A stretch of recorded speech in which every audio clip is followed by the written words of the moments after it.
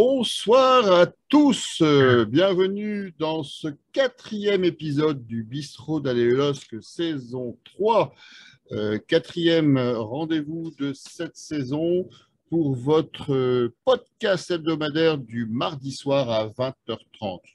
Je sais, nous ne sommes pas mardi soir, vous l'aurez remarqué, nous sommes jeudi. Nous avons été obligés de décaler notre bistrot hebdomadaire à ce jour pour deux raisons. Une bonne et une mauvaise. La première, c'est effectivement, il y avait un match mercredi, donc hier, et on a préféré finalement vous présenter un débrief des deux matchs de la semaine, Ajaccio et Nice. Et la mauvaise, c'est qu'on a eu un problème de ressources qui nous a empêché de diffuser dans de bonnes conditions l'émission mardi. Et donc, ça nous a incité à repousser de 48 heures le plaisir de vous revoir. Vous connaissez le principe, le bistrot d'Aléolosque, c'est votre podcast, le podcast des supporters du LOSC, qui est réalisé par les supporters du LOSC, et notamment le site Aléolosque et les dogs du net.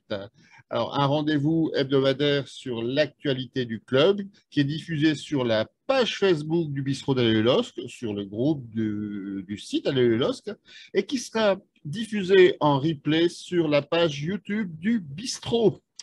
Alors, cette semaine, nous allons aborder donc l'actualité du club au sommaire. Ajaccio et le LOSC y chante sa chanson, un titre bizarre. Je vous expliquerai pourquoi. C'est une double dédicace sur ce titre de la première partie d'émission. Ensuite, nous reviendrons sur le match de Nice, donc Lille-Nice. Quelles leçons à tirer de ce match hier soir? Ensuite, nous sommes jeudi, jusque 23 heures, c'est encore possible de voir arriver ou partir des joueurs. C'est ce soir la fin du mercato. En direct, on suit les dernières informations. C'était censé être terminé. Apparemment, il y a des rebondissements dans un sens, dans l'autre. Donc, on fera le bilan de ce mercato dans quelques minutes. D'ici là, on aura peut-être des confirmations des dernières infos qui ont circulé. Quatrième partie, et là, on aura beaucoup travaillé ce soir. Nous reviendrons sur le prochain match du LOSC, Montpellier-Lille. Quel Montpellier face au LOSC? Pour aborder cette actualité, vous voyez, les piliers du bistrot sont présents, sont rentrés de vacances, se sont connectés ce soir. Donc, nous avons avec nous d'abord Christophe C qui est là, alors qui s'est connecté malgré des petits soucis de connexion. J'espère que ça tiendra toute l'émission. Bonsoir Christophe. Bonsoir François, bonsoir tout le monde. Nous avons également Georges, notre supporter du littoral dunkerquois. Bonsoir Georges. Bonsoir François, bonsoir à toutes et tous. Il vient de dire bonsoir toutes les semaines de sa lointaine région d'Italie. Bonsoir Lorenzo de la page du compte Twitter Dogs Italia. Bonsoir Lorenzo. Bonsoir les gars, bonsoir. Compte Twitter et Instagram, si je ne dis pas de bêtises. Bien sûr. Dog Italia sur Twitter et Instagram, oui, bien sûr. Il a aussi un compte Twitter qui s'appelle Breaking Dogs. C'est notre ami Monsieur Big Data, le plus jeune d'entre nous, mais certainement pas le moins doué. Bonsoir Baptiste, comment vas-tu? Bonsoir François, bonsoir à tous. Eh bien, tout va bien. Je suis actuellement à la recherche d'un nouveau gardien pour remplacer Léo Jardim, puisque Lucas Chevalier ne peut pas jouer. Alors j'en ai un là-bas, il parle portugais. Ça peut peut-être intéresser Paulo Fonseca. Voilà, alors il est vraiment à la recherche, il est sur Insta. Tu peux nous retourner ta caméra, on verra bien. Donc on est vraiment en direct aujourd'hui, dans les conditions du direct. Alors si on trouve quelqu'un pour le mercato du LOSC, il est encore temps, hein, on a la ligne directe de Sylvain Armand, on l'appellera et il viendra le chercher avec sa brouette. Il reste encore 2h20. Donc, c'est large, c'est large. Je vous propose de commencer cette émission, on a beaucoup de sujets. Alors si, excusez-moi, vous avez aussi la possibilité, bien sûr, de réagir sur les commentaires de la page Facebook du Bistrot d'Aléolosque. N'hésitez pas, cette émission est la vôtre. Nous reprendrons vos commentaires les plus pertinents et nous les intégrerons dans nos débats. Alors, je vous propose de passer à la première partie de cette émission. On a appelé ça Ajaccio et le LOSC qui chante sa chanson. Pour les plus anciens d'entre vous, c'est un double hommage. C'est un hommage d'abord à Tino Rossi, le grand chanteur corse. Alors, pour les plus jeunes d'entre vous, vous ne connaissez certainement pas. En gros, dans les années 30, 40, c'était comme Joule, sauf qu'il avait beaucoup moins de followers sur Twitter à l'époque. Donc, un hommage donc à ce chanteur corse qui est le créateur de Petit Papa Noël, hein, donc là aussi je parle aux plus jeunes, et c'est également un hommage à Sylvain Charlet de France Bleu Nord qui commentait le match en direct et qui chantait les louanges pour célébrer les buts lillois et qui s'est vu invité d'une façon un peu directe par le public présent à côté de la tribune de presse à modérer sa passion. Donc, on voulait bien sûr le soutenir parce que nous, on aime bien ça, cette passion qui transparaît à travers les commentaires en direct à la radio. Vous le savez, au Bistrot d'Aléos, on est très proche finalement du foot à l'ancienne et c'est vrai que les commentaires radio passionnés, c'est quand même nettement mieux que des commentaires très distants à la télévision où on a tendance à s'endormir parce que les gens ne commentent que de la technique ou sont passionnés par les grands clubs et donc c'est vrai que quand Lille joue contre une petite équipe comme Ajaccio, ils ont parfois un peu de mal à rentrer dans le match. Donc voilà, Sylvain, l'excellent animateur de l'excellente émission Tribune Nord qui a comme principale qualité de bien choisir ses invités. On te salue, on te soutient et puis on te dit à très bientôt. De toute façon, tu sais que tu as la porte ouverte au bistrot d'Aléos. Voici, première partie. J'étais très bavard pour cette introduction. Je vous propose de commencer peut-être par, comme d'habitude, le sentiment que vous avez de ce match. Baptiste, tu veux commencer par des statistiques ou tu veux que je prenne le relais? Elles sont là, mes statistiques, elles sont là. Donc, vas-y, je te laisse entamer les victoire, choses qu'on m'a assez entendu pour ce soir. Donc, 3. Déjà parlé au niveau des tirs, parce que du côté du match, c'est Ajaccio qui mène au niveau des tirs 14 tirs à 7 donc pour Ajaccio, mais seulement 2 cadrés, dont un but. Pour le LOSC, eux, ils ont mis 3 buts, donc une réelle opportunité du côté lillois. Et au niveau de la possession, ça joue à 59% pour Lille et 41% au niveau d'Ajaccio. Ma statistique, elle se fait au niveau des précisions, des passes, 83% de précision de passes pour Lille et seulement 76 pour Ajaccio. Donc c'est ça la statistique marquante du match, si ce n'est aussi le 6 corners pour Ajaccio et seulement 0 pour Lille. Voilà. Alors, on a eu un grand débat la semaine dernière avec Lille PSG. On aura certainement encore ce débat tout à l'heure quand on parlera de l'analyse sur la qualité des statistiques pour l'analyse d'un match. Là, ce qu'on peut dire déjà avec ces statistiques, 14 tirs pour Ajaccio, 2 cadrés, c'est que les pigeons du stade François Coty ont énormément souffert vendredi soir. Lorenzo, ton sentiment sur ce match, tu l'as vu à la télévision en direct? Oui, bah, je l'ai vu sur un site italien de Paris parce qu'en fait, sur Sky Sport, il passait que le PSG, ni Marseille, ni les autres. Mais en tout cas, je pense que c'est le match le plus frustrant de la saison. Un peu comme Nantes, mais je trouve que c'est encore pire celui-là parce que franchement, à On part parle les buts. d'Ajaccio. Hein. Ah, d'Ajaccio. Ah, désolé. Oui. Ajaccio, oui, je l'ai vu parce que Sky le passé, c'était celui-là de 3-1 vendredi. à l'extérieur, moi, un match frustrant. moi, je suis encore avec Nice, les gars. On y Désolé, reviendra mais, sur Nice, t'inquiète pas, on y reviendra. Non, le match d'Ajaccio, je l'ai regardé. Franchement, j'avais pas de doute que c'était un match qu'on pouvait facilement gagner. Je pense pas que c'est ça les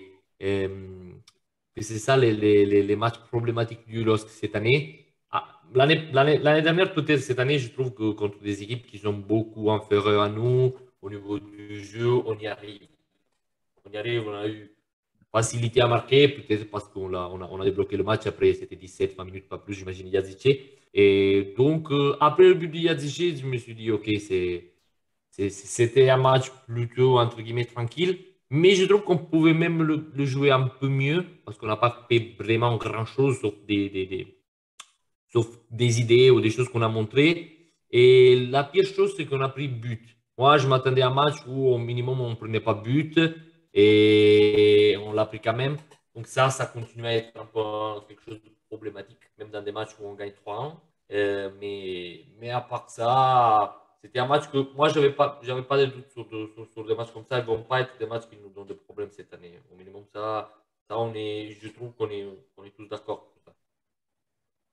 Alors, on a déjà des commentaires sur les réseaux sociaux. Alors, le premier sujet de commentaire, c'est la qualité du son de Baptiste. Hein. Donc, Anthony qui nous dit que Big Data, il parle en langage binaire, hein, 1, 0, 1, 1, 1. Donc, Ah ouais, c'est... et puis Julien qui nous fait remarquer également qu'on t'entend pas très bien. Donc, alors, il t'invite à sortir ton antenne. Je ne sais pas ce que ça veut dire. J'ai un peu meublé, j'avoue. Christophe, est-ce que tu peux nous faire part de ton sentiment global sur ce match contre Ajaccio? Alors, mon sentiment principal à la fin du match, c'est que on a été très très fort cette année. On en a encore parlé hier. On va être très très fort contre des équipes qui ne sont absolument pas dangereuses offensivement. Ouais. Quand on peut contrôler les milieux de terrain avec un André qui était à un super niveau contre son ancienne équipe, comme hier encore. Ah, on t'entend très mal, Christophe, hein. On t'entend très mal. On maîtrise le jeu au milieu de terrain et on n'a aucun souci. Et comme la défense n'est pas sollicitée, Christophe, tout se passe ça va être très bien. À super. partir du moment où on a une défense sollicitée, c'est là où ça. Christophe, ça va être super compliqué. On Donc, t'entend très lentement. voilà, j'étais assez content du match. Il ne nous entend plus. Hein. Ouais, Il nous fait un monologue. On a vu Ah, je pense qu'il a pas le retour. Là. je crois que plutôt nous avons perdu Christophe. Alors, on a des buts. je vais faire ce que je fais jamais dans l'émission. Je lui ai coupé le sifflet. Je lui ai coupé Ah le ouais. sifflet. Je suis désolé. Christophe, on t'entend très mal. Il est en train d'essayer de se reconnecter, je pense. Le son était vraiment très chaotique. Mais en tout cas, Et je pensais qu'il disait plus ou moins ce que je disais, dans le sens qu'on on va être très fort avec des équipes que nous, ils vont pas nous créer trop de danger, en fait. voilà, Donc, en fait, voilà. ça va être peut-être le slogan de la semaine, c'est on est fort contre les faibles et peut-être faible contre les forts. C'est peut-être ça le problème du LOSC cette année, mais on aura l'occasion d'en discuter. Georges, on termine ce tour de table par toi. Qu'est-ce que tu as pensé globalement de ce match? Et j'espère que toi, tu as sorti ton antenne. Ouais, ça va. Donc moi, d'abord, l'extrême fierté d'avoir eu le pronostic exact la semaine dernière au bistrot d'Allée-le-Los, puisque j'ai bien dit un 3-1 pour Lille. Et la grosse frustration quand même d'avoir oublié de le jouer sur BetClick. Mais sur le match lui-même, je dirais que ouais, je serais beaucoup plus. Enfin, je revenais à ce que je disais justement. C'était un match qui pourrait ressembler à un traquenard. Pas oublier qu'Ajaccio emmerdait tout le monde un petit peu sur ce début de saison. Pour Lyon, ça a été très compliqué. Lens n'a pas su aller gagner là-bas. Quand on voit l'état de forme des Lensois aujourd'hui, ça en dit un peu long sur la capacité des Ajacciens.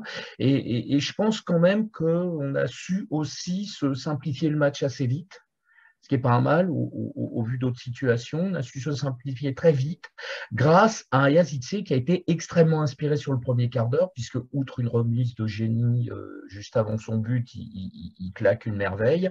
Et derrière, forcément, ça devenait beaucoup plus simple. Ça les obligeait à sortir un petit peu. Et voilà, quoi, on a réussi à dérouler dans un contexte qui n'était pas évident, sur une pelouse qui était vraiment dégueulasse. Donc, après Paris, on savait que c'est le match où on pouvait s'enliser, s'embourber au sens propre du terme comme au sens figuré. Hein. Et voilà, on a réussi à sortir de ça. Donc, moi, c'est pas un match que je voyais comme un petit match. Et je continue à penser, malgré les aléas qui vont en suivre, que ça reste une réponse plutôt rassurante après ce qu'on avait vécu contre Paris, quoi. Alors, je vous propose de faire un deuxième tour de table, le classique, les tops, les flops. Donc, quels sont les joueurs que vous avez remarqués à Lille dans le sens positif, dans le sens négatif? Et est-ce qu'il y a un joueur à Ajaccio qui vous a marqué? Alors, on va commencer par Monsieur Big Data, qui va pouvoir relancer son... Alors, j'espère qu'il a sorti son antenne et qu'il va pouvoir nous Elle est répondre. là. Quels sont tes tops et tes flops, Baptiste? Alors, ça n'a rien à voir avec la nouvelle recrue potentielle du Mercato qui est André Gomes, mais moi, je vais continuer sur cette paire au milieu André Gomes que j'avais dit sur la grande chaîne BFM Grand Lille. Mais cette fois-ci, je vais souligner deux autres joueurs. J'aime bien les duos, c'est Ismaili Bamba. Une paire exceptionnelle, j'ai trouvé, parce que Ismaili est forcément offensif puisqu'il est demandé d'être un latéral. Mais il est aussi assez bon défensivement. Et Bamba, qui lui, d'habitude, est offensif, est très bon défensivement. Donc c'est vrai que c'est une paire qui convient super bien au LOSC. Les deux se sont hyper bien trouvés. Et j'ai trouvé que sur ce match-là, ils ont apporté vraiment un sentiment de fraîcheur. Et Ismaili, voilà, une passe D, Bamba un but. Enfin, vraiment, la paire est très très bien trouvée pour Paulo Fonseca. Et Ajaccio, il y a un joueur qui t'a marqué? Ouais, moi, il y a Marchetti, le milieu de terrain, qui a été, je pense, le seul joueur ajaxien qui a été bon. Et après, non, c'est, je pense, tous des flops. Je pense qu'ils ont tous quitté leur match, sauf ce milieu de terrain-là. D'accord. J'ai pas tout entendu. Est-ce que tu as dit un flop pour l'équipe lilloise? Concernant mon flop, je pense que je vais le réserver pour le match de Nice parce que c'est le même. Donc, je vais pas en répéter deux fois, je vais le garder. Bah, écoute, on le met de côté. On en reparlera pour le match de Nice. Je vois vraiment pas qui ça peut être. On maintient le suspense, effectivement, et on évoquera là-dessus. Alors, Julien qui commande sur les réseaux sociaux, fort contre les faibles et faibles contre les forts, n'aurais-je pas un copyright sur cette affirmation dans le chat? Très certainement, vu que c'est une citation de qualité, et donc ça vient certainement d'un pilier de bistrot de qualité. Donc il y a aucun souci. Lorenzo, est-ce que tu peux nous faire part de tes tops et tes flops? Je dirais Yazice Bamba, les tops, Ajaccio, et après, c'est pas qu'il y a vraiment un flop, mais c'est qu'on a des blackouts en défense, des fois pour 5-10 minutes, où, bon, avec Ajaccio, on était 3-0, donc c'était tranquille la situation, mais on a des fois où, franchement, donc je mettrais plutôt la défense dans des moments, dans des petits moments. Voilà. Je crois d'ailleurs que alors, je ne veux pas incriminer le jeune Euro qui est rentré et je trouve que c'est très bien d'avoir, pour Fonseca, d'avoir profité finalement d'un match où on menait 3-0 pour justement mettre un jeune plutôt que de remplacer Diallo par son remplaçant attitré qui aurait été Alexandro.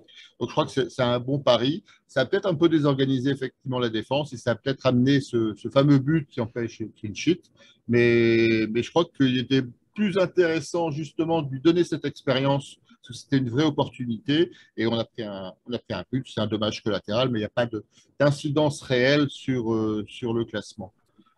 Georges, est-ce que toi aussi tu as des tops ou des flops?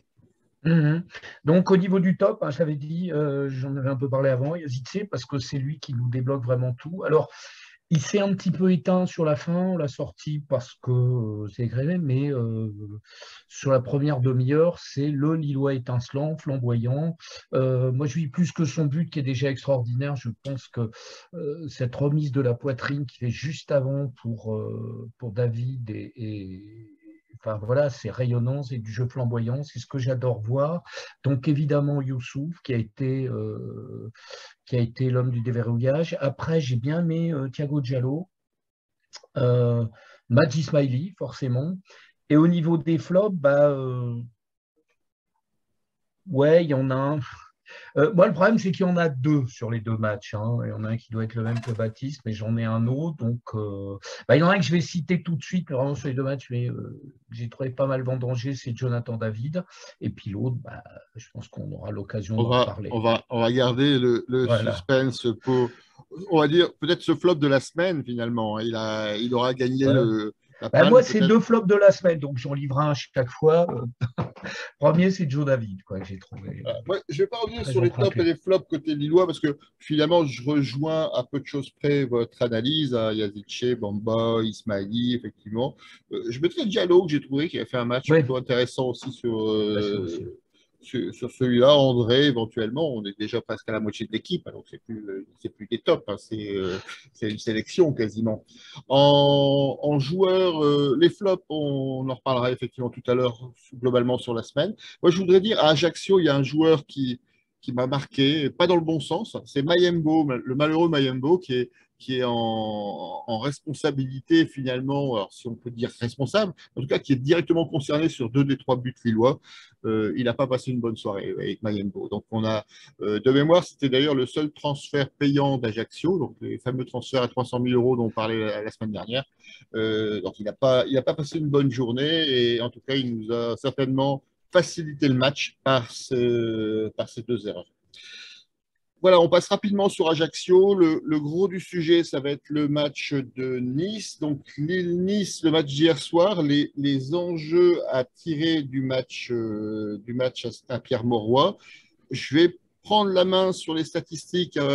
Baptiste, tu m'excuseras, mais tu rebondiras derrière si tu le veux, mais sur l'essentiel. 18 tirs pour Lille, 3 tirs pour Nice. 6 tirs cadrés contre 2 pour Nice. Une possession de balle de 63% pour Lille, 37% pour Nice, 541 passes contre 326, 90% de précision contre 79% pour Nice, 15 fautes contre 21 pour Nice, un carton jaune contre 4, un hors-jeu à 0. C'est des stats qu'on n'avait pas vu beaucoup l'année dernière, hein, mais un hors-jeu à 0 et 6 corners à 3 en faveur du LOSC. Des statistiques largement en faveur du club et donc une défaite 1-2. Baptiste, tu veux rajouter quelque chose peut-être? Ouais, moi, c'est surtout les statistiques qui m'ont un peu chagriné au niveau de la deuxième mi-temps. C'est que voilà, on a 14 tirs en deuxième période, ils en ont 0, ils n'ont rien proposé en deuxième. Alors malheureusement, on en a que 5 cadrés, ça fait environ 33%, même si voilà, c'est pas assez bon. Et on a quand même voilà, 7 tirs depuis l'intérieur de la surface, 27 entrées dans le dernier tir, 23 ballons touchés dans la surface adverse, ils n'en ont que 2. Et sur 23 ballons touchés dans la surface, on ne met même pas, je vais dire, une grosse occasion parce que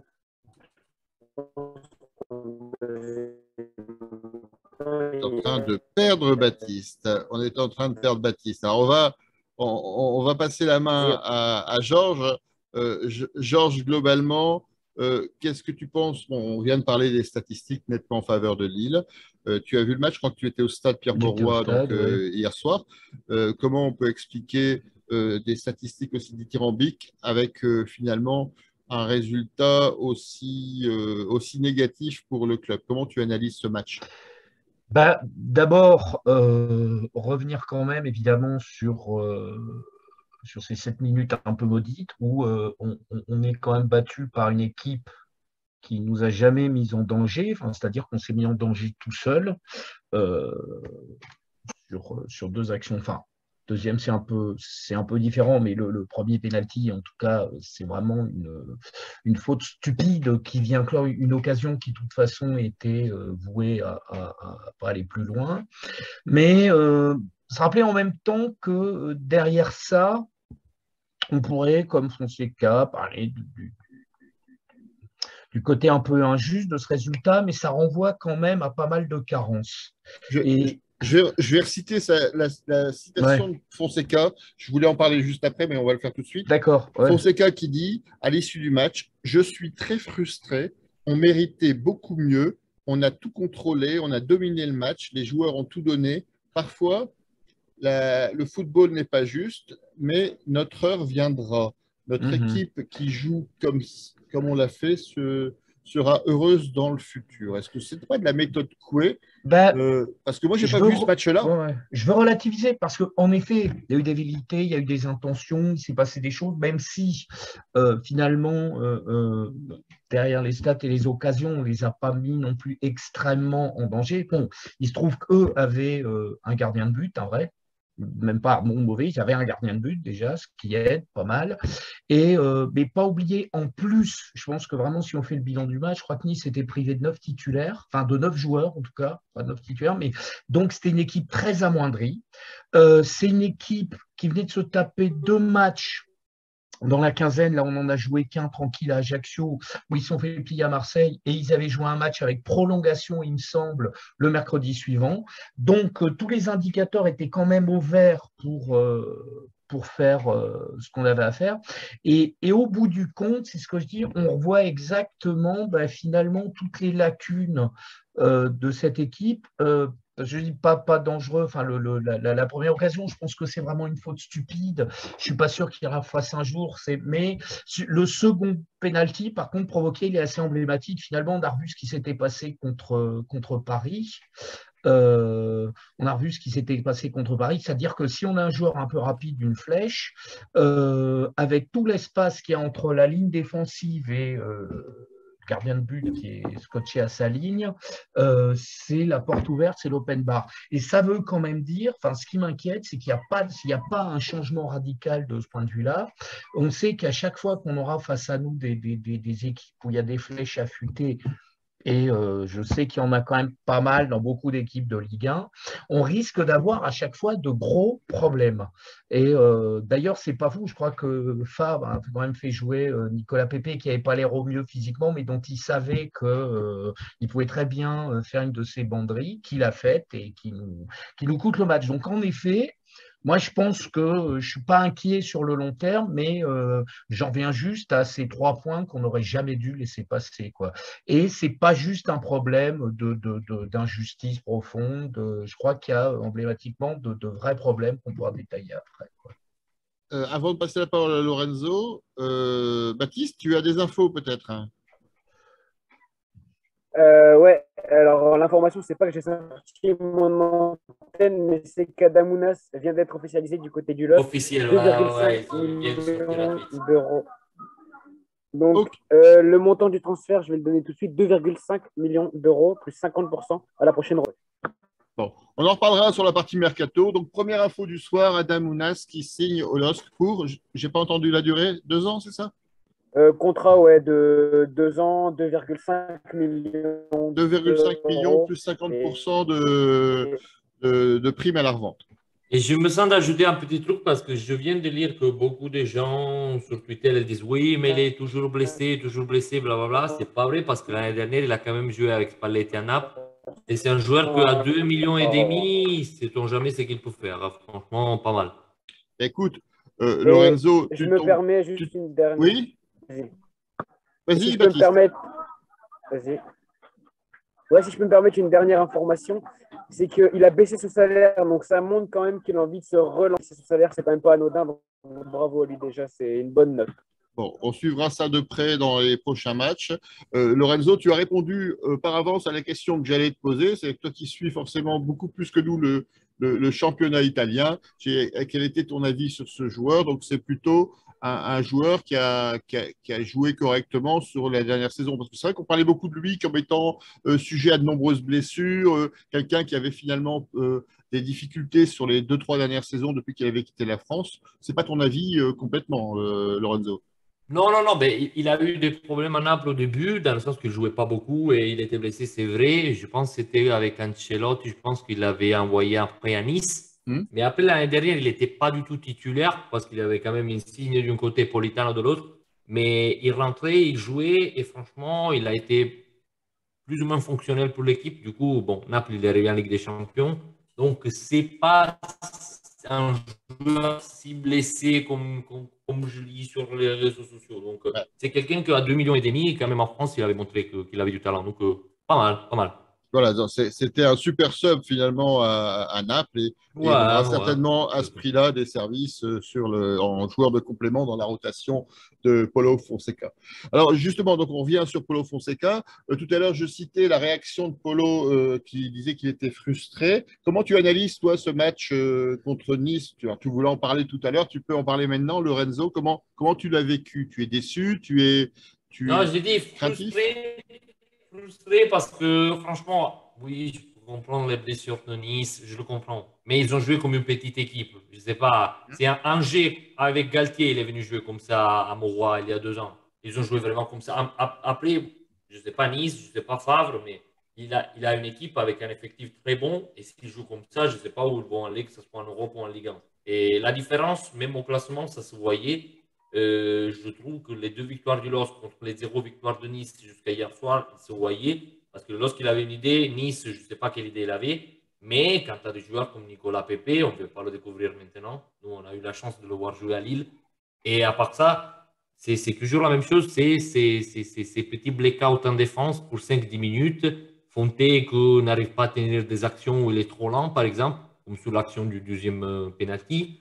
Et sur le premier, je ne m'attends pas par Thiago Giallo de faire une faute comme ça parce que c'est une faute stupide d'un joueur qui est en train de sortir avec la balle. Il faut juste l'attendre et au minimum le pousser, mais le pousser d'une façon un peu plus tranquille, quoi. D'autant Et ça, plus je ne que, m'attends pas parce que c'est même un d'autant plus joueur passé qu'au par AC centre, Milan, tu vois, en Italie, il te l'apprend, ça. C'est difficile que tu fais une faute comme ça, franchement. oui, C'est puis d'autant plus qu'au vraiment. centre de la défense lilloise, il y avait 3 défenseurs lillois contre 3 attaquants niçois, donc il n'y avait pas de danger réel, quoi, Non, finalement. non, c'était une action plutôt normale, mais quand tu la regardes, tu dis non, mais tu ne peux pas faire une faute comme ça. Après, je comprends pendant le match, l'adrénaline ou que ce soit, mais.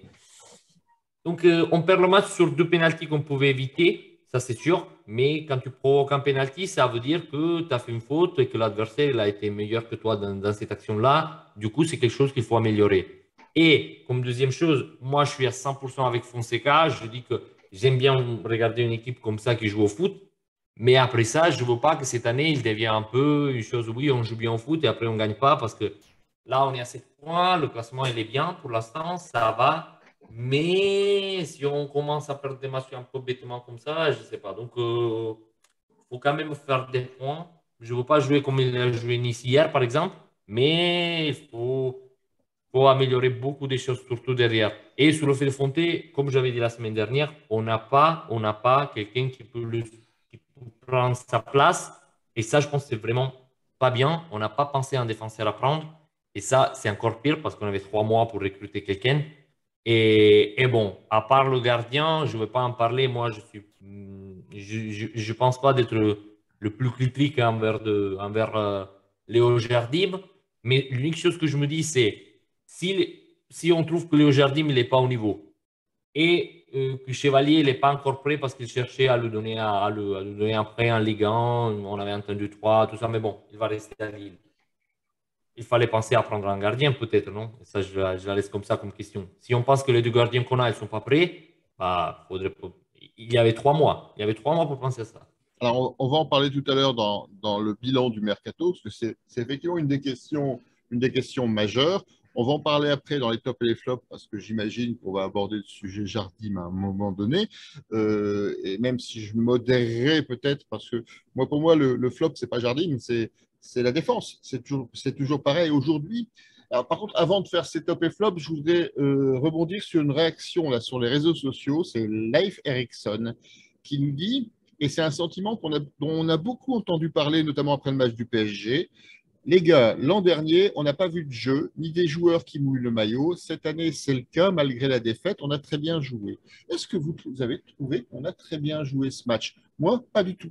Pas du tout.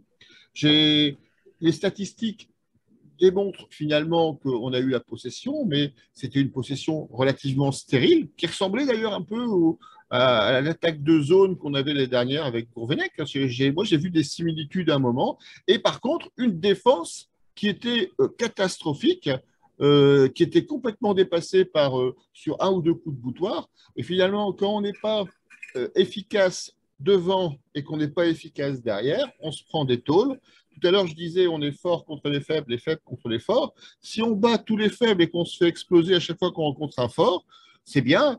On sera content, on aura, entre guillemets, bien joué, même si moi, ce n'est pas mon sentiment, mais on terminera 12e. Donc, si l'objectif, c'est de terminer 12e en ayant les meilleures statistiques du championnat de Ligue 1 avec à chaque fois 80% de possession et 3 buts encaissés, dans ce cas-là, moi, je veux bien l'entendre, mais ce n'est pas ce que j'attends de mon LOSC aujourd'hui. J'attends quand même un peu de résultats. Et en tout cas, la vraie question, et je vous la pose, c'est est-ce qu'aujourd'hui, en l'état actuel de l'effectif, le LOSC a les moyens d'être aussi ambitieux que le souhaite Fonseca dans son fond de jeu?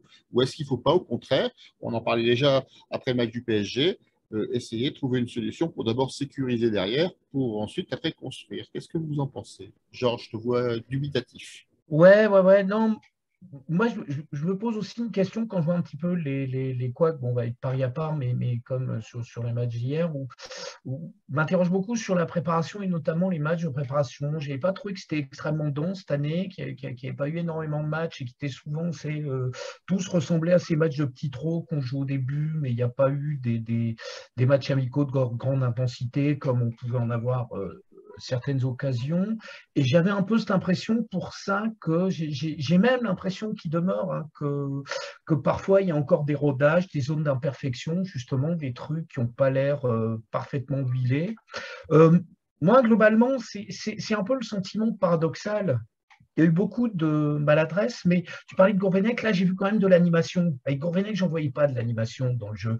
Alors, ça a été très pâteau, il y a eu beaucoup de ratés, il y a eu beaucoup d'imprécisions, des déchets, il y a eu aussi des mauvais choix, et souvent par les mêmes joueurs. Encore une fois, je pense que ça tient aussi plus, par exemple, à l'utilisation qui est faite de Gomez, qui s'est pas mal orienté le jeu. Par contre, la deuxième mi-temps, on voit clairement qu'ils se sont, enfin, c'était déjà un peu le cas en première mi-temps, mais vraiment frottés au bus niçois. Et là, on a l'impression de voir une équipe qui jouait comme sur une zone de hand, avec la sensation que jamais il réussissait à pénétrer. Et là, le problème, c'est plus à ce niveau-là, parce qu'en deuxième mi-temps, on a les opportunités. C'est vrai qu'on n'a pas réellement d'occasion. Il y a quelques arrêts de Schmeichel, mais qui ne sont pas non plus C'est compliqué. des arrêts hyper compliqués. Donc, moi, j'ai vu un match vivant. J'ai vu un match qu'on aurait dû gagner, mais encore une fois, qui se tient à quelques imperfections. Et je ne veux pas en tirer un enseignement rédhibitoire sur le reste de la saison, mais plus me questionner sur finalement des réglages qui sont peut-être pas encore tout à fait aboutis et de ce fait, peut-être encore quelques points qu'on pourrait perdre sur ce début de saison, qu'on pourrait par la suite amèrement regretter. Et clairement, je pense que, notamment au niveau du village milieu défense gardien, on n'est pas du tout au point. Baptiste, L'unique chose, c'est que je suis d'accord avec Georges avec toi sur le fait que c'était similaire au match par exemple, de l'année dernière contre Bordeaux, Saint-Etienne ou Metz, où on avait l'impression qu'on n'allait jamais marquer. Ça, c'est vrai. Ben, Plus d'animation, mais l'impression qu'on pouvait jouer pour 90 minutes et le ballon n'allait pas rentrer hier. Sûr et ouais. certain. il faut rappeler que le but de Jonathan Bamba est marqué suite à un détournement, c'est un tir magnifique, mais qui est détourné par un Niçois qui trompe finalement le gardien. Donc c'est un coup du sort, entre guillemets, qui nous permet de prendre l'avantage. Lorenzo, tu as la main, je te la laisse. Qu'est-ce que tu penses? Donc, tu as déjà répondu en partie. Est-ce que toi, tu crois que justement, tu as cette inefficacité offensive et défensive, est-ce que tu crois qu'il y a un moyen de la régler et avec l'effectif actuel éventuellement renforcé d'Adam Nunas, on l'a vu tout à l'heure, et de André Gomez, dont on parle fortement à l'arrivée d'Everton ce soir également avant la clôture du mercato? Ou est-ce que tu penses que finalement, à un moment, il faudra peut-être revoir quelque chose dans le jeu lillois et notamment en défense, quoi, parce qu'on n'aura pas de renfort en défense et Fonte, sans vouloir l'incriminer uniquement, il ne courra pas plus vite au mois de septembre ou au mois d'octobre. Voilà, voilà, c'est ça. Non, mais en fait, c'est que devant, je trouve que, je l'avais même écrit sur Twitter, je trouve que l'animation sur les côtés, c'est bien. Le problème, c'est qu'on n'arrive pas vraiment à rentrer dans la surface adverse et être dangereux, quoi. Hier, on n'a pas été dangereux. On a bien joué, il y avait des idées, mais dès que le ballon est arrivé dans les dernières 15-20 mètres, que ce soit par Bamba, par Zegrova, c'est qu'il a eu une occasion où il a frappé avec le pied gauche, mais c'était l'unique. Et en fait, Il- c'est ça là, un peu le problème. On n'arrive pas à être vraiment dans le cœur du jeu où il faut marquer. Et sur ça, j'imagine que le rôle le plus important, ce sera Mohamed Bayo, parce que dès qu'il sera bien à 100% récupéré après tout ce qui s'est passé, il faudra quand même chercher de jouer peut-être avec des ballons un peu plus hauts pour, je sais pas, pour profiter de son physique ou jouer un peu différemment. Parce que c'est là-dedans qu'on n'arrive pas vraiment à être dangereux. On arrive à marquer, comme par exemple sur des actions en fait qu'on construit bien parce qu'il y a des idées, on va sur le côté, Ismail il est très bon, mais même de l'autre côté ça va. Mais après, vraiment dans la surface adverse, il n'y a pas quelqu'un qui fait peur, entre guillemets, aux défenseurs. Qui dit, OK, bah, lui, il faut le marquer parce que sinon, c'est but. Voilà, Bourak, la première année, il était comme ça, parce que dès le ballon est passé par lui, c'était but. L'année dernière, un peu moins, et c'est pour ça qu'on a eu des problèmes comme ça. Donc, cette année, on continue à avoir ce type de problème. On marque des buts, et l'année dernière, on ne marquait pas du tout parce qu'il n'y avait pas d'animation, même sur les côtés. Mais après, où il faut un numéro 9, je pense que Bayo, il n'est pas encore là, et j'espère qu'il va venir parce qu'il va nous servir à 100%. Alors, ouvrez bien vos oreilles. Je vais vous faire une analyse tactique. Ça n'arrive pas souvent. Je vais essayer d'en faire une. Moi, ce que j'ai remarqué dans ce match, c'est qu'effectivement, on avait des latéraux, que ce soit défenseurs ou surtout les ailiers, enfin, les milieux offensifs, hein, qui partaient de l'aile et qui revenaient au centre avec le ballon ou naturellement. Mais on est assez peu. Alors, c'est peut-être l'absence de Bayo qui fait qu'on n'utilisait pas cette carte, mais d'attaquants ou d'ailiers qui allaient jusqu'au bout et qui centraient ensuite pour mettre le danger dans la surface. C'était toujours une volonté de rentrer avec le ballon dans la surface depuis l'extérieur. Et finalement, quand on sortait très facilement à ce bus niçois, et on n'a pas su finalement changer le jeu, à part peut-être en fin de match, quand on a vu Virginius qui a fait son entrée, qui a fait une entrée intéressante à mon sens, et qui a pu justement commencer à changer un peu le jeu un peu stéréotypé des Don Zegrova. On aura peut-être l'occasion de citer tout à l'heure dans les tops et les flops, mais je voudrais pas anticiper. Alors, je ne sais pas si vous avez remarqué ça sur le terrain, finalement ce jeu qui était certes animé, mais qui était finalement très peu varié. Et c'est un peu ce que je reproche toujours à Fonseca. J'ai reproché contre Paris, je le reproche encore une fois, c'est qu'on n'a pas su finalement à un moment changer quelque chose pour se contourner finalement la difficulté qu'on voyait et sur lequel on se heurtait d'une façon absolument inévitable. Quelqu'un veut répondre? Ou vous êtes tellement sidéré par mon analyse tactique que ça vous laisse sans voix? Non, c'est où je vais y aller, je vais commencer.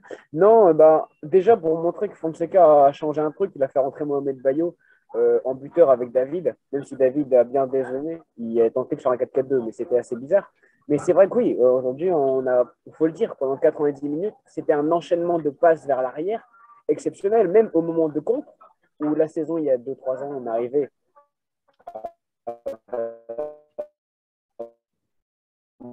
en attaque, là on faisait que détonner le ballon. Sur ce match, je pense honnêtement, mais c'est dommage. C'est dommage parce qu'honnêtement, il y avait quelque chose à faire face à Nice. Mais bon, après, ils ont mis plus dès lors où ils ont mis les 2 buts. C'est écœurant, mais voilà, malheureusement, l'équipe de Nice, elle est nulle. Et Lucien Favre est le premier à le dire, hein, il est très déçu de ce qu'il a comme joueur. Donc, ils sont obligés de mettre le but pour Georges, tu veux rajouter quelque chose? Non, compliqué de revoir le match avec le recul. C'est vrai que on est tombé sur un bus, on n'a pas su le contourner. Ça questionne, hein, ça questionne parce que ça veut peut-être dire aussi on disait fort avec les faibles et faible avec les forts. Mais hier, Nice, est-ce que c'était vraiment une équipe forte? Ils étaient forts défensivement. Oui, c'était. Enfin, ils ont fait un bloc bas, mais ça, des équipes qui font bloc bas, qui sont très fortes défensivement, on en trouve même chez les équipes les plus faibles. Ajaccio l'a très bien fait contre Lens, donc on a su éviter le truc. Je pense surtout que, ouais, il y a une espèce de faille. J'ai l'impression à plusieurs niveaux. Moi, j'ai l'impression des fois avoir un truc assez joli, assez sympa tactiquement, mais qui ressemble encore un peu à un château de cartes, quoi. Aussi bien défensivement qu'offensivement. D'ailleurs, tu parlais de Virginius. Moi, son entrée m'a pas plus convaincu que ça parce que même s'il ne jouait pas sur le même registre, je l'ai retrouvé, moi, ce que j'ai beaucoup reproché à Zegrova et Virginius fait la même chose, c'est que jamais, il y avait toujours la solution d'Akité qui se démenait pas mal. Et Zegrova n'a jamais joué avec. Et Virginius a fait exactement la même chose, à tel point que, souvenir qu'en fin de match, un des rares ballons qu'il a dans Après, ce Zegrova, il est trop gourmand. il le Franchement, il perd, passe on a jamais failli la se faire balle. contrer, et on aurait pu en prendre un troisième si Nice avait joué plus audacieux. Mais ouais, Zegrova, je sais qu'on va beaucoup parler, moi je relativiserai. Surtout le problème, et sur ce côté gauche, c'est qu'à chaque fois, il y avait la deuxième solution, c'est-à-dire vraiment le piston en relais de l'ailier. Et Diakité, il a beaucoup couru dans le vide, hein. J'étais juste à côté, le pauvre garçon, je devais faire des appels et ça n'arrivait jamais. Ou alors dans des situations où Zegrova ne pouvait pas faire autrement. Et finalement, il se retrouvait avec des ballons potus qui étaient inexploitables. Et il a quand même réussi 2-3 centres où malheureusement, aussi, on ne l'a pas vu, mais sur les quelques bons centres qu'on a pu avoir, ça manquait quand même de densité offensive face au bloc défensif, quoi. Il y avait, Il y avait très peu d'attaquants dans la surface. on était à 2 pour 4, donc tous les centres, que ce soit où c'était des centres courts premier poteau qui étaient balayés ou des centres longs, mais il manquait vraiment de présence. Et notamment, c'est peut-être ça le vrai problème sur les dernières minutes. Sur un match comme celui-là, le truc le plus inquiétant, c'est qu'on n'ait même pas été foutu de mettre de la folie, quoi. Ça aurait dû finir sur Il y a eu le pressing, c'est-à-dire qu'il remontait plus, on sortait plus du camp niçois, mais il n'y a pas eu ce côté, on leur fait subir l'orage, quoi. Ça a été malgré tout manque de présence offensive. Tu as quelque chose à rajouter, Lorenzo? Sur ce match-là, Ah, est-ce que c'est pas Cabella finalement qui nous a manqué pour justement essayer de mettre le feu? les deux choses, c'est que, selon moi, Bayo, même s'il n'a pas marqué ou n'a pas encore fait la différence, s'il est déjà là comme numéro 9, David, il est beaucoup plus libre. Et Cabella, c'est l'autre, et je pense que c'est l'unique joueur comme ça qu'on a, hein, franchement, hein, que vraiment il arrive à rentrer dans la surface adverse et être dangereux. Et dangereux, vraiment dangereux, à frapper, à être. Voilà, c'est ça, hein. Voilà. Il nous manquait, je pense, deux joueurs qui étaient clés au début de l'année dans les deux premiers matchs. C'est Cabella et Bayo.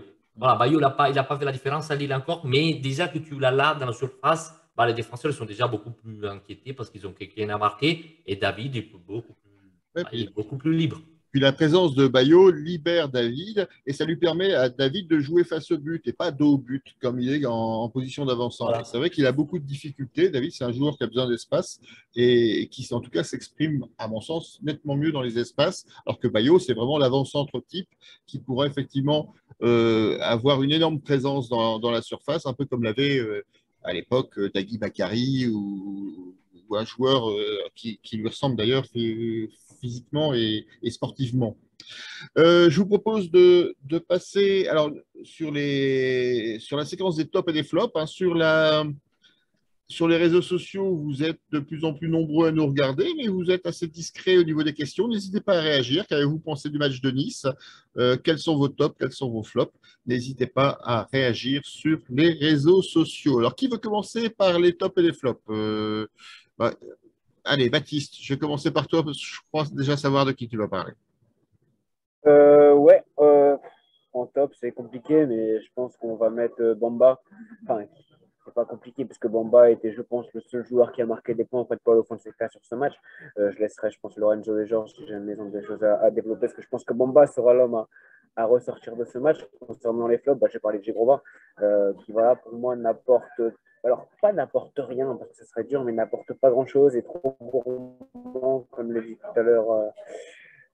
Mes collègues, mais enfin, moi, je peux plus que ce joueur, c'est tout le temps le même crochet. Melvin Bard a vite compris rapidement comment il jouait. C'est pied gauche, et voilà, à chaque fois, il s'arrête, et hop, pied gauche, il s'arrête, pied gauche. Il n'a utilisé une seule fois son pied droit. Une seule fois. Parmi tout le match. Et pourtant, je l'ai observé en deuxième mi-temps parce qu'il était de mon côté. Une seule fois, c'est pour contrôler. Et c'est tout. Et moi, ça m'exaspère parce qu'honnêtement, comment on voulait faire. Mais bon, Adam Ounas est là. Je pense qu'il va prendre sa place assez rapidement. Donc ça, c'est ton flop. Hein. Tu n'en as pas d'autres? Hein. Tu nous avais joué le suspense pour nous dire que tu avais un flop pour les deux matchs. Si, j'ai Grova aussi que pour ce premier match, parce que pour moi, de toute façon, c'est toujours pareil. Hein, c'est vraiment écœurant. Voilà. Alors, Je continue sur mon lancée. sur les réseaux sociaux, le premier top que nous avons, c'est celui de Nicolas Després qui nous dit son top, c'est Zegrova. Et justement, alors, je vous invite les deux autres piliers à réagir là-dessus. Quels sont vos tops? Quels sont vos flops? Et surtout, Zegrova qui était noté par des sites de supporters comme meilleur joueur du match, hein, et par des sites qui sont un peu moins de supporters, des sites de journalistes qui notaient un peu plus dans le ventre mou du classement. Il a eu le droit finalement à une sortie de gladiateur sous les vivas de la foule, alors que ses statistiques ne sont pas exceptionnelles. 18 ballons perdus, 9 duels perdus, 2 fautes, une demi-occasion et un jeu, comme le disait Baptiste, qui moi aussi me semble un peu stéréotypé. Donc est-ce qu'on est sévère ou est-ce que au contraire, Zegrova, c'est quelqu'un sur lequel on pourra construire l'avenir du LOSC cette saison? Georges, je te vois encore dubitatif. Je te fais toujours réagir Non. aujourd'hui. J'aurais sûrement pas mis Zegrova en top. Je ne mettrais pas en flop non plus, mais j'oublie pas quand même, sur la deuxième mi-temps, la seule vraie grosse occasion, c'est lui. Hein. Sa frappe, d'ailleurs, je croyais qu'elle était au fond. On la voyait au fond. Non, je vous dis encore une fois, moi, ce qui me... Bon, il y a une présence, c'est souvent brouillon, c'est assez maladroit, c'est vrai, c'est un peu stéréotypé, et peut-être que ça va lui desservir. Non, moi, je ne le placerai pas encore en flop ni en top. Alors moi, c'est dommage parce qu'en top, il y a vraiment un joueur qui m'a beaucoup plu hier, mais ben, il fait l'erreur fatale qui lui vaut presque de voler en flop, c'est Thiago Diallo. Parce que dans l'absolu, il fait 89 minutes et 50 secondes absolument de très haut niveau. Et puis, il y a cette faute stupide, cette faute qui nous coûte si cher. Donc, voilà, je voulais mettre Diallo en top. Malheureusement, évidemment, il nous coûte très cher. Donc, j'avais du mal à trouver un top. Peut-être, malgré tout, je l'ai trouvé un petit peu essayer de casser les lignes. Je mettrais quand même Angel Gomez sur son match. Pour la fougue, Benjamin André. Et puis mon flop, c'est le flop de début de saison. C'est un peu tiré sur ambulance, mais c'est vraiment Jardim qui moi, me pose problème. On parlait de la défense qui n'est pas bonne. Je pense qu'on ne peut pas avoir non plus une défense qui se stabilise et qui soit bonne si derrière, ils n'ont pas des gages de sécurité. Et on l'a vu, Jardim, il est en plein doute. Hein. Sur le deuxième penalty, alors, on peut revenir sur l'origine de l'action, est-ce qu'il y a faute ou pas. Mais en tout cas, moi, ce que je vois, c'est le temps de retard qu'il a sur Pépé. C'est juste pas possible. Il doit être beaucoup plus haut. Il n'est pas normal que. Ensuite, bon, la façon dont il prend la balle en plus. Mais voilà. Et j'ai vraiment l'impression que depuis le début de la saison, Jardim, c'est la garantie chaque match d'encaisser un pion. Et donc, on sait que pour battre un adversaire en ce début de saison, il faut vraiment être beaucoup plus fort que lui, quoi. Ce qui est frustrant parce que face à nous, hier, on a eu Schmeichel qui était pas mal, on a eu Lafont, on a eu vraiment des gardiens de but qui nous ont coûté pas mal de points.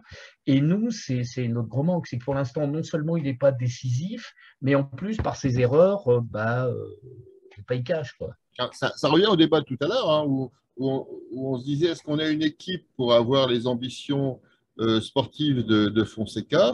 Aujourd'hui, s'il faut marquer 3 buts pour gagner un match, on ne gagnera pas beaucoup de matchs. C'est ça qui est compliqué. Ouais. Est-ce que la priorité, c'est pas de cimenter derrière? Je ne dis pas de mettre le bus, hein, c'est pas du tout ce qui. Mais peut-être un changement de tactique avec peut-être 3 défenseurs centraux et 2 pistons, un système finalement avec une défense à 3 qui permettrait de sécuriser au moins d'avoir et puis peut-être et un gardien beaucoup plus haut. Enfin, je pense qu'on a vraiment et aussi de faire jouer peut-être Fonte un peu plus bas pour justement lui éviter de devoir accourir parce que Fonte dans l'anticipation c'est parfait, dans la course c'est un peu moins vrai.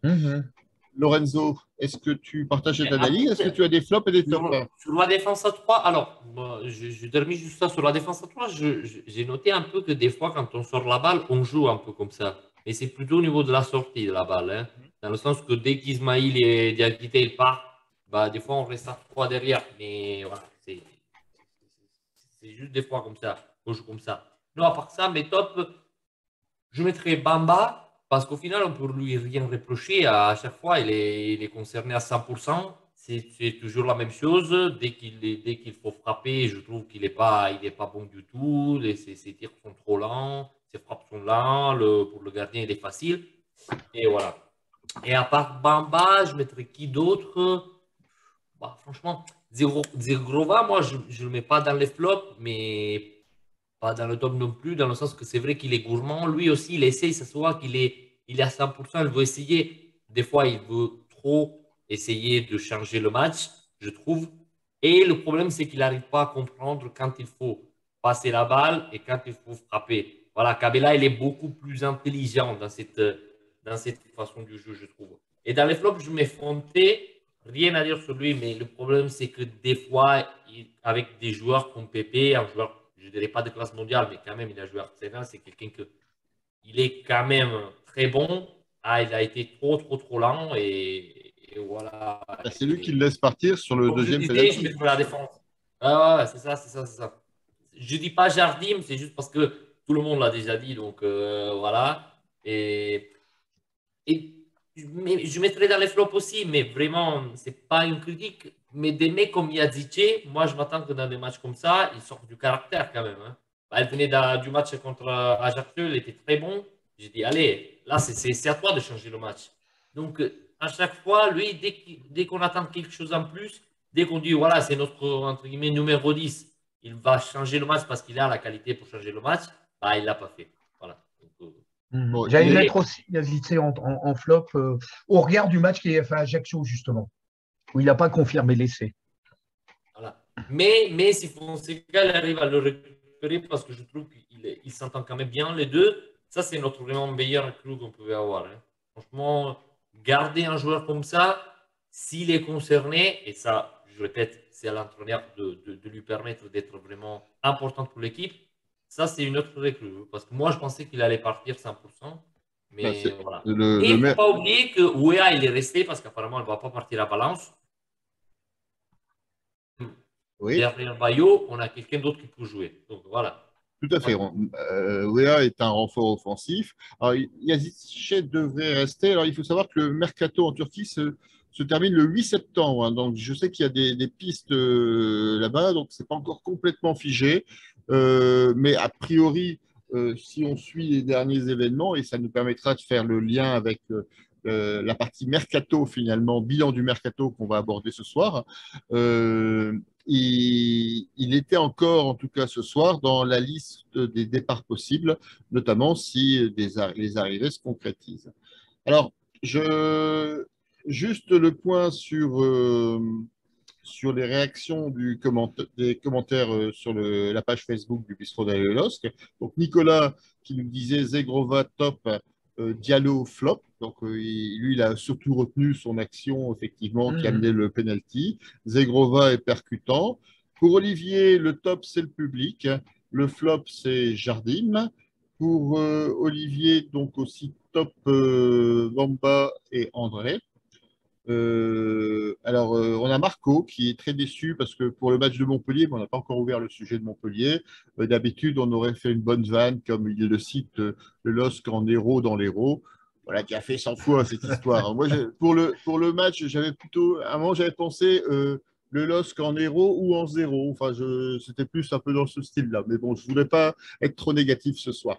Donc voilà, les commentaires. Je vous propose. Alors, on a perdu Baptiste, hein, qui a un problème technique. Je suis désolé, on a beaucoup de problèmes techniques ce soir entre les antennes qui sortent pas et les batteries d'ordinateur qui s'essoufflent. Donc on va terminer à la fin, il n'en restera qu'un. C'est une soirée Highlander. Je vous propose de mettre vos perruques et de sortir vos sabres. On va faire les bagarres et on verra qui pourra rester à la fin. Parce qu'à la fin, vous savez, il n'en reste qu'un. Donc on va attaquer le mercato. Donc aujourd'hui, j'ai deux sujets que je voudrais aborder par rapport au mercato. Trois. Allez, donc l'actualité du jour. On attend donc Adam Younas qui a été confirmé, on l'a vu tout à l'heure. On attend également André Gomes, donc le Portugais milieu de terrain qui vient d'Everton, qui devrait signer dans la soirée. En sortie, on envisage dans les sorties éventuellement Liadji qui pourrait partir à Lorient, d'après ce qu'on peut dire sur les dernières nouvelles, et Yazice qui est toujours demandé en Turquie. Donc, et je rappelais que le mercato se termine le 6 septembre, le 6 ou le 8 septembre. Alors, pour ceux qui restent, Georges et Lorenzo, comment vous jugez ce mercato lillois? Est-ce que vous le jugez satisfaisant ou est-ce que finalement, on l'évoquait tout à l'heure, l'équipe a énormément de manques, notamment derrière, peut-être au milieu de terrain et peut-être en quantité devant. Est-ce que il n'y avait pas d'autres pistes à creuser pour ce marché de joueurs, Georges? Je te vois dubitatif à chaque fois. Non, non. Non, c'est vraiment vis-à-vis du mercato parce que voilà, un mercato, malheureusement, n'apporte ses vérités qu'au bout d'un moment. Et là, on a un peu cette impression quand même qu'on part si avéré qu'André Gomez arrive, sur deux joueurs qui sont manifestement des talents indéniables, mais qui sont aussi de gros points d'interrogation parce qu'ils sortent tous les deux d'une saison et d'une période plus d'une saison, une période compliquée, je pense, pour Ounas particulièrement. Donc, c'est à chaque fois coup de poker. On l'a vu, souvent ça marche, mais il arrive aussi que ça marche moins bien. On ne va pas réévoquer l'épisode douloureux Ben Arfa, mais donc là, en l'occurrence, c'est pas trop. Après, ce qui est intéressant, peut-être parler un petit peu des départs. C'est un peu plus dommageable pour Yazice, mais déjà, par exemple, un départ comme Liadji, c'est vraiment l'idée quand même de séparer d'un joueur qui, de toute façon, n'est plus dans les plans et dans les schémas. A-t-il seulement été un jour, d'ailleurs, dans les plans voilà. J'ai envie de dire là-dessus, ça me pardonnera, mais ça déblaye un petit peu. Donc, en tout cas, sur je peux me permettre juste de rebondir sur Liadji parce que on a perdu Baptiste, qui est le plus grand avocat de Liadji, oui, du bistrot d'Adèle LOSC. Alors, moi, je voudrais d'abord rappeler que Liadji, il a connu 3 entraîneurs au LOSC. Il a connu Christophe Galtier, il a connu Jean Gourvenec, il a connu maintenant Fonseca, et aucun des 3 entraîneurs ne l'a confirmé en tant que titulaire. C'est qu'il y a peut-être un sujet. Et deuxième remarque que je voulais faire, on parle de lui à Lorient. Moi, j'ai du mal à voir Lorient se faire prêter ou acheter ce joueur avec un salaire de 80 000 € par mois. J'ai un peu de mal à le visualiser, mais je me non, mais pas. Pour eux, je trouve que c'est un prêt parce qu'en fait, ils ont vendu l'Orienté. Il est venu ici en Italie à Sassuolo, donc quelqu'un qui jouait côté droit. Et donc, ils cherchaient quelqu'un un peu gaucher, tout ça, mais ça serait un prêt selon moi. Hein. Ouais, mais c'est eux qui paieraient le salaire quand même, parce que pour lui, il n'y a pas d'intérêt à le prêter s'il paye le salaire. Non, je pense une partie au minimum 50%, quelque chose comme ça. Ça sera quand même pour dépenser moins d'argent pour l'autre. L'autre truc que je voulais finir, c'était quand même autour de finalement le choix soit assez pertinent malgré tout d'André Gomez, c'est que ça scelle un petit peu, c'est ce qu'on évoquait l'autre fois, ça manquait de muscles au milieu. Et là, on voit, il commence à y avoir un ensemble de combinaisons. Outre André Gomez et derrière Jonas Martin et le Camerounais dont j'oublie toujours le nom, qu'on n'a pas encore joué, mais qui manifestement pourrait être quelqu'un qui pourrait devenir une valeur émergente dans le cours de la saison. C'est Carlos Baleba. Baleba, c'est ça. Donc, on a quand même un peu plus de volume dans ce secteur-là. C'est ce qui manquait pour moi très cruellement, et c'est peut-être ce qui a encore manqué hier sur enfin un peu moins puisque Nice n'a pas attaqué, mais je pense vraiment sur le temps de jeu avec Pépé où justement quand on est perforé trop facilement par.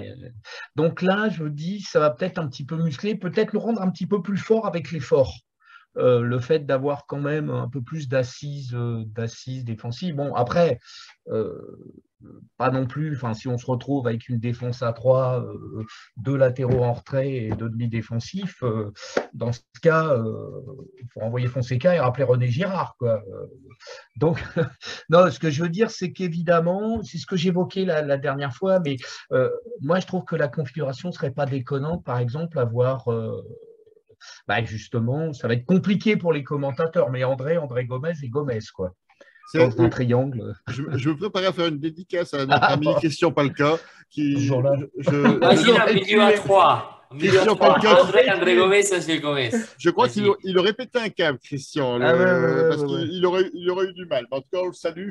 Et je sais qu'il nous écoute de temps en temps. Et pareil, Christian, si tu as envie de revenir, n'hésite pas, la porte du bistrot est grande ouverte. Lorenzo, alors qu'est-ce que tu penses de ce mercato et de cette fin de mercato, en fait, qui est finalement très agitée, contrairement à ce que laissaient penser les déclarations de Sylvain Armand hier soir après le match. Après ça, franchement, au niveau de l'organisation, on deviendra. Voilà. Tu veux qu'on en parle tout de suite? Voilà. Comment ça? Je sais pas, j'ai un peu de mal à comprendre ça. Sylvain Armand, qui, je rappelle, n'est pas directeur sportif, il est coordinateur sportif. Ça veut dire, je ne sais pas quoi d'ailleurs, je ne sais pas quelles sont ses fonctions précises, mais est-ce que c'est à lui de parler à la presse comme quoi le mercato est fini, alors qu'il n'est vraisemblablement pas? Ou est-ce que il était là en mission et qu'il a effectivement déclaré le mercato fini, ce qui a surpris Fonseca qui apparemment n'avait pas la même information et que finalement ils ont utilisé ces dernières pistes un peu comme sous forme de, on dit ça, panic buy, c'est-à-dire des achats de dernière minute pour calmer Fonseca qui commençait à réagir vertement devant la presse. Lorenzo, tu penses quoi alors de Non, pour moi, ce... c'est des achats de la dernière minute parce qu'en fait, ce n'était pas des joueurs qu'on avait un peu captés qui pouvaient être dans le viseur du LOSC. Donc, déjà, ça montre qu'on y va le dernier jour juste pour faire quelque chose. Et après, je me demanderais si c'est bien aller prendre André Gomez et pas essayer à faire un contrat à Cheka, qu'après 4 ans, il a bien joué au club. Mais bon, ça, c'est une autre Et question pour Tcheka une fois. qui avait aussi l'avantage, Tcheka, je le rappelle, d'être polyvalent. Tu pouvais le mettre également en défense centrale et tu pouvais le mettre en milieu de terrain. Donc il avait la double carte, Tcheka. Non, mais en plus de ça, c'était un joueur qui était totalement ancré dans les valeurs du LOSC, entre guillemets, dans les derniers 3 4 ans. Franchement, moi, je l'ai très, très, très bien gardé. Et il aurait fait du bien même aux nouveaux qui sont arrivés, en fait. Mais bon, à part ça, je trouve que dans ce mercato, on a bien vendu Onana. Très bon joueur, mais il a fait une bonne année. Tu l'as vendu à plus de 30 millions. C'est vraiment une très bonne opération pour le LOSC. C'est vrai que cette année, la Première Ligue a jeté, a tiré beaucoup d'argent juste comme ça, mais très bien pour le LOSC. Et après, c'est un nouveau cycle qui s'ouvre parce que les Renato Sanchez, les Botman, les Burak, les Selic, les Bradaric, ils sont tous partis. Et donc, c'est bien, on recommence par des nouveaux joueurs où au minimum, ils sont, entre guillemets, j'espère, dans l'idée de l'entraîneur. Après, ça peut marcher ou pas, c'est autre chose. Et il y a 2 3 coups, c'est le moins intelligent. Bafodé Diakité, par exemple, parce qu'il était visé par beaucoup de clubs, surtout je pense en Allemagne, parce qu'ils vont toujours chercher du côté de Toulouse, des 2000, des 2001, 2002, donc c'est vraiment très bien capté. Et, et Cabella aussi, parce que franchement, il est arrivé à 0 et il a déjà montré qu'il a quand même le niveau pour changer les choses. Après, on ne sait pas si ça durera, je sais pas, ça va durer jusqu'à la fin de la saison, mais à 0 c'est vraiment un très bon coup. Et le même Alexandro, je sais qu'il y en a qui l'ont trouvé un peu encore pas prêt, mais je trouve qu'il peut vraiment être quelqu'un d'important pour la défense du LOSC, surtout qu'on a vu que même sans lui, il y a beaucoup de choses qui se passent négatives, donc ce n'était pas vraiment de sa faute. Mais 4 millions pour un défenseur qui peut-être dans 2 3 ans, tu peux le vendre à 10 ou 15, ça peut être pas mal. On verra. On verra. Ce n'est pas un mauvais mercato, c'est juste qu'il y a des choses qui pouvaient être un peu plus organisées, comme par exemple, comme j'ai dit, un défenseur de plus, un gardien, si tu penses que les gardiens que tu as ne sont pas au niveau. Et même les achats, les Unas ou les André Gomez qui arrivent le dernier jour de mercato, bah, tu pouvais penser à un joueur différent et avoir un mois et demi pour prendre quelqu'un qui était vraiment voilà, parfait pour le style de jeu, pour les idées de Fonseca. Mais c'est pas mal, effectivement. Georges, tu conclus sur le sujet. Finalement, avec ce mercato, quels sont les joueurs qui te semblent les meilleures affaires finalement réalisées par le LOSC? On parlait de Cabella, tu n'as pas cité Ismaili. Est-ce qu'il y a un joueur que tu retiendrais, par exemple, dans ce mercato qui serait la très bonne affaire du LOSC?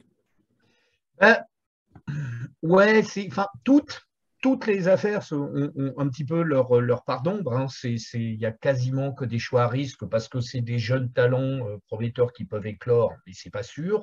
Ou alors des valeurs sûres qui sont un peu sur le tour. Moi, je reviens quand même parce que je pense que je vais kiffer ce mec. On va adorer le temps qu'on va passer avec lui, c'est Ismaili. Il y a un truc qui m'emballe. Même hier, on sent qu'il y a à la fois un mélange d'enthousiasme, de vrai talent. On sent que c'est un vrai toucher technique. En plus, c'est un joueur qui représente comme ça le Shakhtar et ce qu'on y voyait, c'est-à-dire ces Brésiliens qui étaient à la fois des punchers et en même temps qui gardaient leur dynamique. Donc moi, Ismaili, j'aime bien. A malheureusement gros doute sur son aptitude physique. Bon, là, il sort sans doute de 6 mois de disette avec le contexte très particulier du championnat ukrainien, mais je pense que si on l'a au top physiquement, ouais, c'est un joueur qui risque pas mal de marquer la saison à un poste où malheureusement on avait eu du mal à se remettre du départ de l'enfant soldat du Tirredildo, quoi. Oui, d'ailleurs, je trouve Ah qu'il a, ouais. L'enfant soldat du Mozambique. il ressemble beaucoup à Reinildo dans son jeu, peut-être un peu plus technique. Oui, Et oui, oui, oui, effectivement, oui. avec aujourd'hui un doute sur sa capacité finalement à tenir physiquement, parce que ça fait pas mal Mhm. de temps qu'il ne jouait pas, et il va falloir relancer la machine et d'une façon Après, régulière. après Mais Renido, je au pense niveau de vraiment, ouais, défense, au niveau je pense, défensif, ouais. Renido, c'est quelque chose, hein. Il est titulaire, depuis qu'il est arrivé en Bien sûr. janvier, il est titulaire avec l'Atlético Madrid, il ne sort jamais. Et Ouais. Simeone ne le sort jamais, Renido. C'est Ah non, vraiment mais il y un en a eu un incroyable spécimen, joueur. hein, euh, Reinildo, c'est le type même de joueur qu'un gars comme Simeone doit effectivement apprécier, hein. C'est un battant qui lâche rien, qui est toujours à la bagarre et qui même s'il n'a pas, c'est pas le plus grand technicien, mais en tout cas, il est toujours là, quoi, à la fois défensivement et à la fois dans son appui offensif. Georges, tu voulais rajouter quelque chose? Ouais, non, donc après, bah, moi, celui qui me laissait très dubitatif, c'était Cabella. Alors, Cabella a fait deux très bons matchs. Et malheureusement, c'est là que j'avais le doute pour lui. C'est plus l'interrogation par rapport à ses pépins physiques.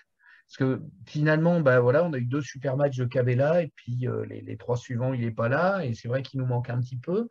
Je pense vraiment que c'est un peu la même chose, hein. Si on réussit à le garder, ça va le faire. Puis les autres, je pense qu'il faut laisser le temps. C'est vrai que Diakité, moi, j'ai bien aimé. J'aime bien le culot du gamin, en tout cas. J'aime bien la façon, notamment son entrée à Nantes. Je trouve qu'il est un peu galvanisé. Il s'est passé quelque chose. Et, et je continue, moi aussi, à espérer, parce que je l'avais vu jouer à Clermont. Et vraiment, il a fait une grosse impression, c'est Bayo. Je crois que je l'avais vu dans un match contre Monaco, où à lui tout seul, il avait bouffé l'année dernière la charnière centrale de Monaco, ce qui n'était pas rien, quoi.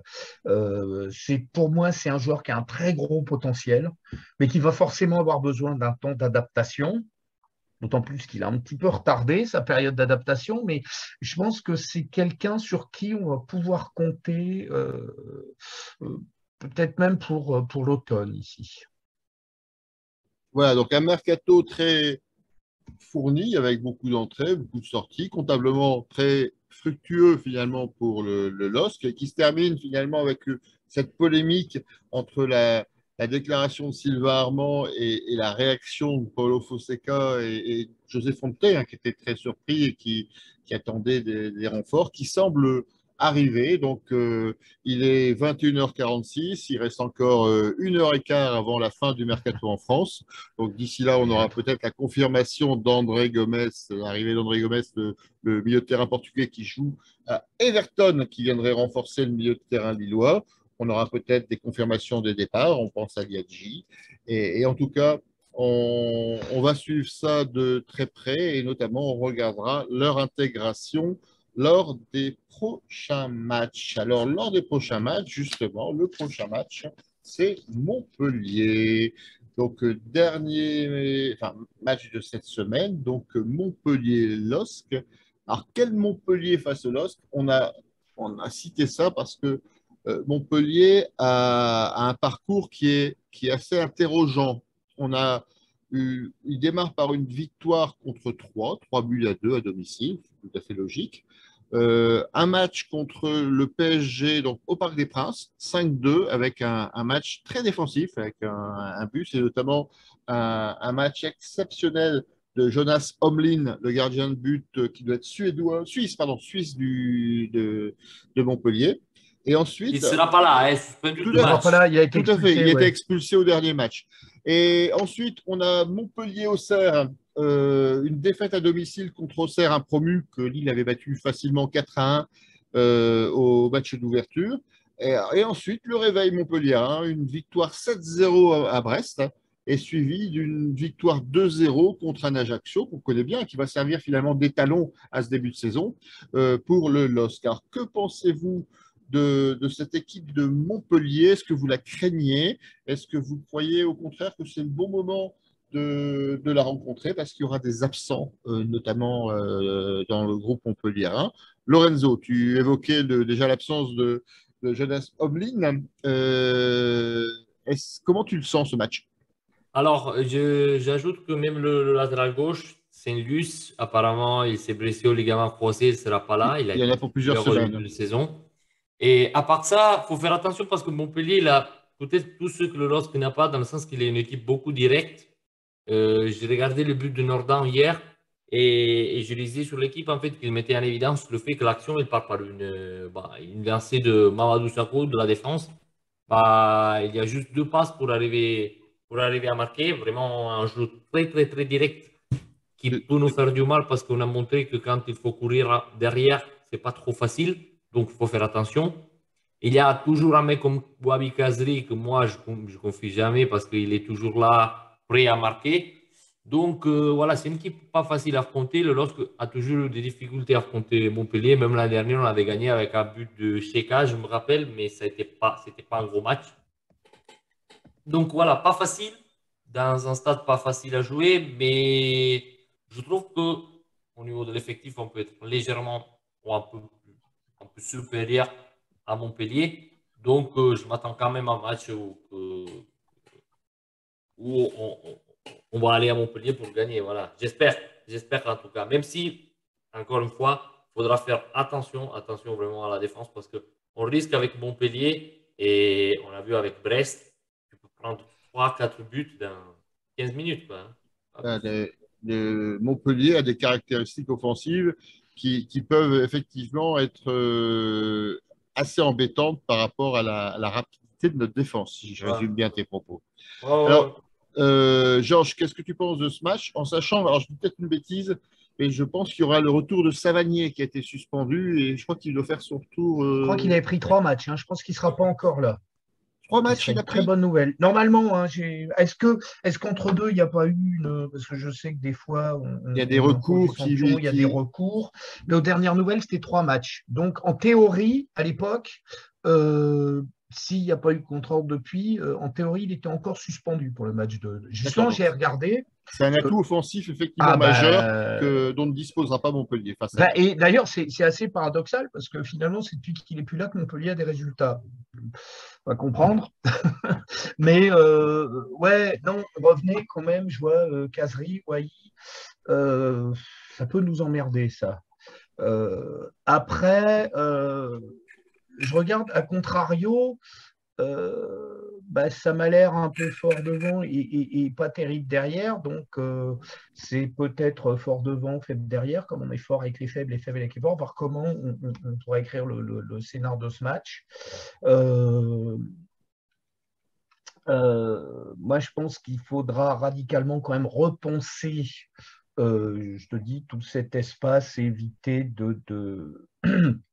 de donner comme ça une espèce de rampe de lancement à la défense adverse, parce qu'avec des mecs comme Kazri et toute l'équipe montpelliéraine, ils vont se donner à cœur joie. Hein. Je pense que les raids à la PP, on risque de s'en manger à la Mosson si d'aventure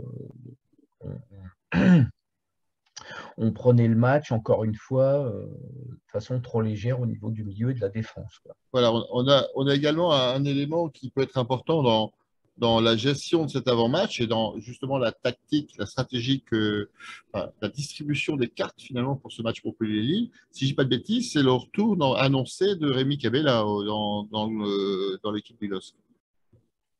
Lorenzo, tu confirmes?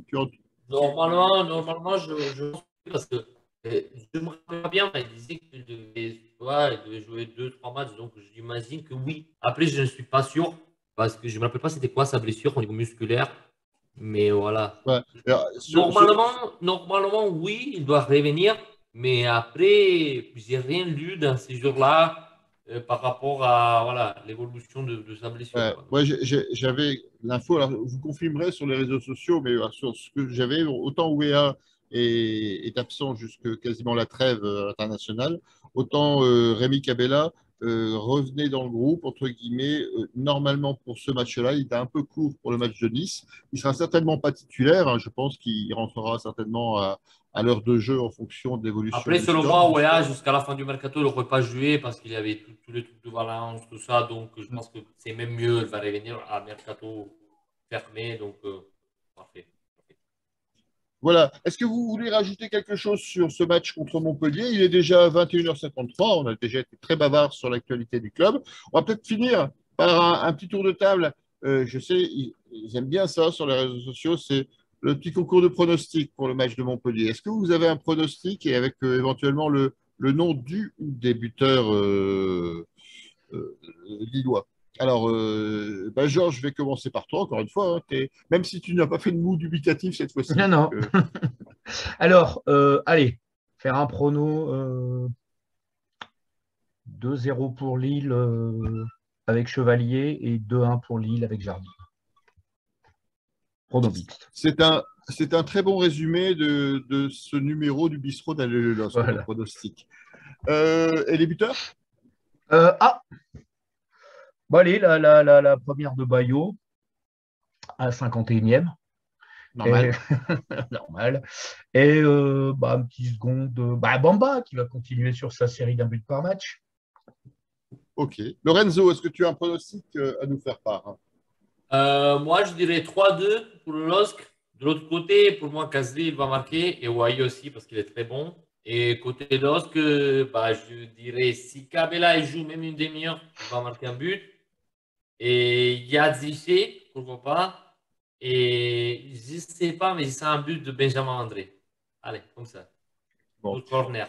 Ouais, je vais reprendre ton pronostic, Lorenzo, à mon compte, parce que tout à l'heure, on le disait, pour gagner un match, il faudra marquer 3 buts. Donc 2-3, ça me va très bien. Donc effectivement, les flèches Montpellier-Rennes d'un côté. Et de l'autre côté, alors je ne sais pas qui marquera les buts. Je vais en mettre un pour Zegrova, parce qu'on a dit beaucoup de mal de lui depuis le début de l'émission. Et donc, je voudrais le soutenir un peu par ce pronostic. J'irai pas jusqu'à pronostiquer un but de Liadji, parce que je pense que ce sera très compliqué.